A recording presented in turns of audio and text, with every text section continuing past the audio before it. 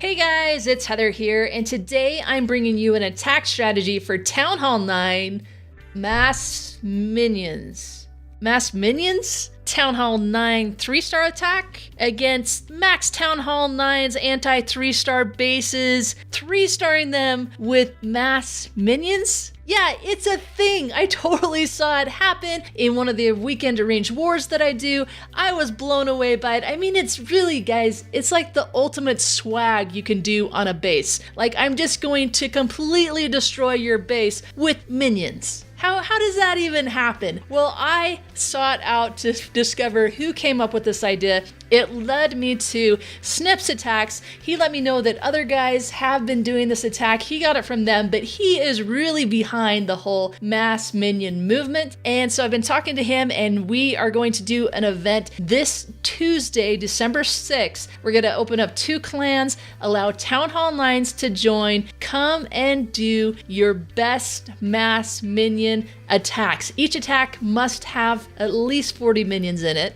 And we're going to see what you guys come up with. I'm going to do this video and show you some of the mass minion attacks that I've seen, but there's so many different variations that you can do to this, and I'd love to see what you come up with. So I wanted to get this video out today so you had a little bit of time over the weekend to start using this army in some friendly challenges, get a feel for it, start coming up with some great ideas, and then come and join this friendly war. Like I said, it's going to be on Tuesday, December 6th, and show us what you got. So be sure to follow both me and Snip Attacks on Twitter for further details, and also be sure to go over and subscribe to Snip Attacks on his YouTube channel because he has a lot of videos on this attack, so you'll probably want to go watch those and get some ideas on how you want to attack during the mass minion war. So I'll link to Snip's Twitter and his YouTube channel in the description down below. So let's talk about the basics behind this attack and what you need to look out for and the type of bases you need to look for, and essentially what are the goals for the first phase of your attack in order to free up the base to be mass minion. So remember, in multi-phase attacks, the first phase, or at least the front end of your attack, needs to be able to disable or take out whatever is going to do the most harm and damage to the second phase of your attack. So most likely the second phase of your attack is going to be minions. You're likely going to be sprinkling in minions for funneling and also to take care of outside trash buildings that are out of range of anything that hits air. But the main force of your army is going to come in once those defensive buildings and traps that do the most harm to minions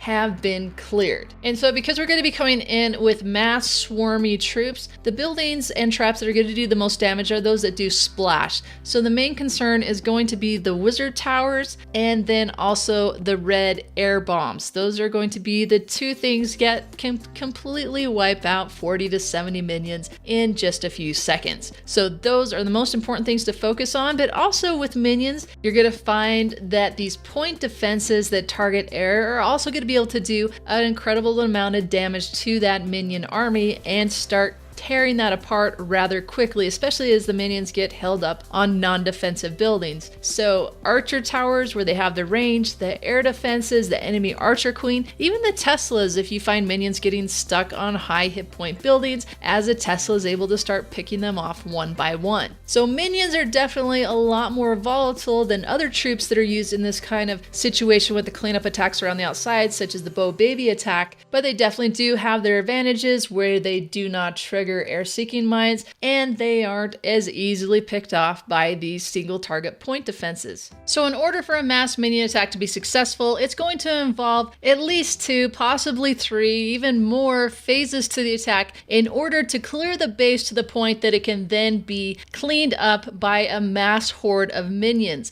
So the most popular phases that you can use to do a mass minion, number 1 is going to be a queen charge, because the queen is going to be able to take down wizard towers and air defenses and the enemy archer queen, as well as the clan castle, just the queen charging with rage and her healers. The other phase of the attack that's going to be popular is using your king along with clan castle bowlers to be able to take down other sections of the base. And you're going to see that quite often in these different replays. So as you're scouting the base, you're going to have to look at it in pieces and in chunks and determine how you're going to take out each section of the base, how you're going to deal with the archer queen, how you're going to deal with the clan castle, how you're going to deal with wizard towers. So probably the number one thing you want to look at is how many wizard towers you are going to be able to get with your queen charge portion of the attack. And depending on how many wizard towers you can get, that then can change the rest of your army. The fewer wizard towers, Tesla farms, red sinking air mines that you can disable during your queen charge means that you are going to have to use other things such as more lava hounds, more balloons,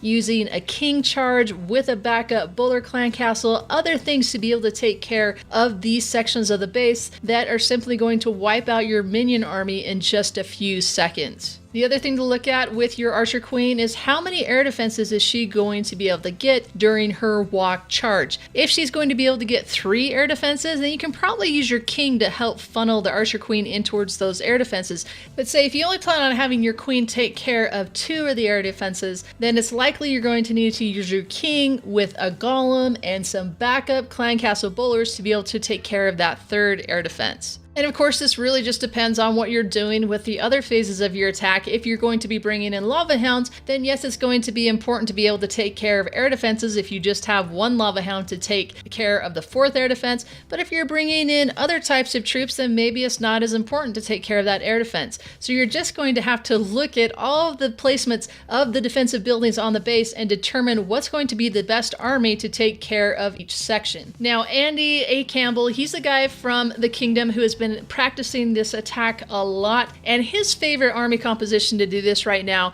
is taking 40 minions, 2 hounds, 5 healers, 6 balloons, and 5 wall breakers. He found that that provided enough tanking to take care of all the traps and to push through the base. And then as far as spells go, he takes 3 rages and a heal and then 2 poisons, because he can find that just taking the wall breakers is going to be enough to push her far enough into the base that he doesn't need the 4 earthquake or the jump, and then he has more rages to use on the queen to be able to keep her alive longer. And then he likes to use that heal around the high hit point and damage per second areas, and that will allow him to keep the balloons up long enough in case there's a wizard tower in range or perhaps a Tesla farm that the king or the queen doesn't get to. This spell setup is definitely a lot more riskier than just using the 4 earthquake, and so you can really predict where your queen's going to go. If you're just using wall breakers to push her in and then hope she goes where you want her to go, so you definitely could take the 4 earthquake. It's going to be more reliable, and if you do that and you're going to earthquake her in, then just take 3 rages along with that. So yeah, I've named pretty much just about everything on an enemy base as being a possible issue for your minions. The Barbarian King, yeah, they can take him okay. Trash buildings, no problem.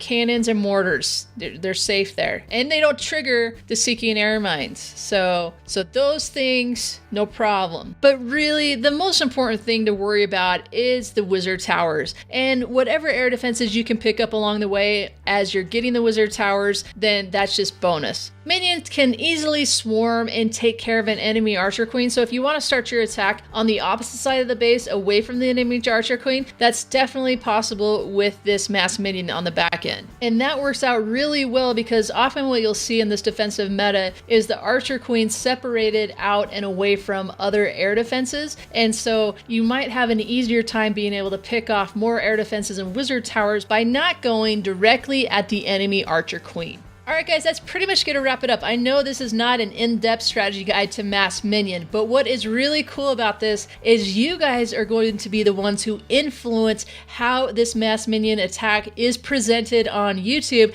and come up with new strategies and ideas on how to use Mass Minions in war attacks. So start practicing now and then join the friendly war on December 6th. We're going to open up the clans at 3 p.m. Pacific Standard Time, and we're going to have the clans open for a few hours, allow everybody to join, and then we'll start up a 24-hour war, which will give you plenty of time to, doesn't matter what your time zone is, you can get your attacks in. So be sure to follow me on Twitter because that's where I'm going to be announcing the names of the clans and their clan tags so you can join. And there has already been a huge response to this event. Those clans are likely to fill up really quickly. So if that happens, keep an eye out on Twitter because we may open up a third and fourth clan to be able to meet the demand of everybody who wants to be a part of this event. It's going to be super cool. We have multiple streamers that want to be involved in this. Shibaloo is going to be streaming part of this on Wednesday, so that is going to be really cool. I can't wait to see what that dude comes up with and what he looks like during the stream. So this should be a lot of fun. I hope that a lot of you can come and join it, and we can get some really cool strategies out there into the open about how to do this mass minion attack. So if you like this video, be sure to like it, and if you love it, subscribe,